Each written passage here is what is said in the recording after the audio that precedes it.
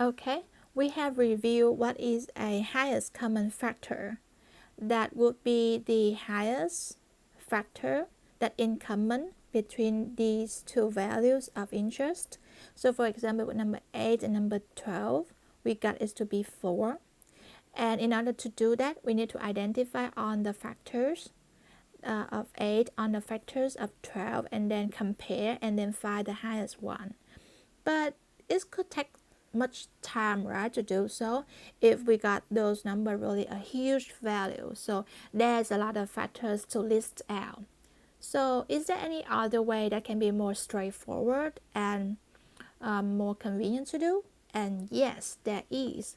The tips here is that we can have a really powerful technique that make use of powers of the prime numbers. What does it mean?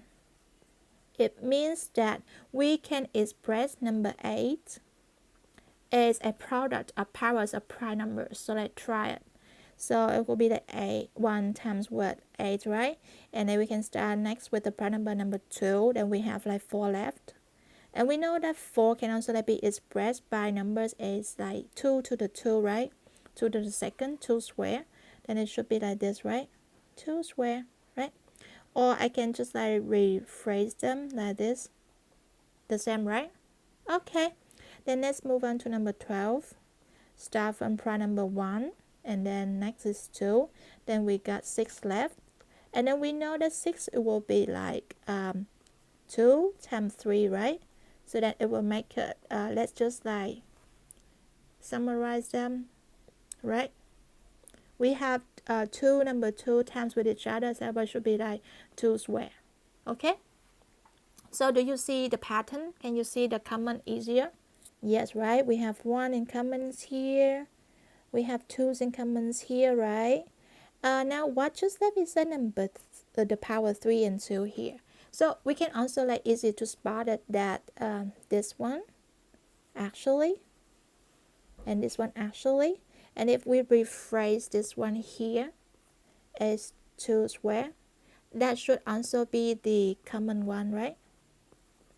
So can you see, in order to find the common factors here, we can see that we just need to like compare on the prime number that each is made up, and then we find how common they are. So we got this one is 1 to the power 1, right?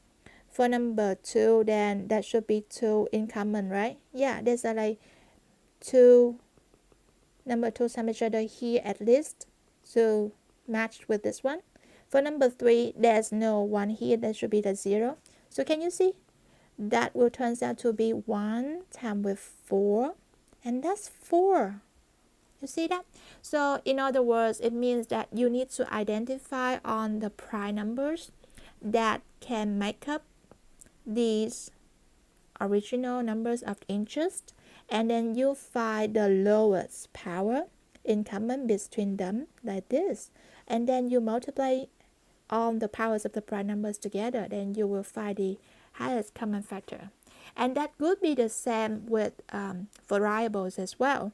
Just treat the variables as a number here. Let's say if it's like x to the third and x to the fourth. So if we write them, is that like this, right? And like this, right? Like 4 number of x times with each other. So what are the commons? Is it like this?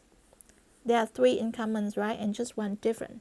So is it just like x and then to the 3 is a common one, right? So that's kind of like the same.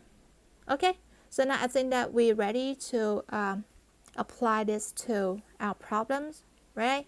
Let's do it together.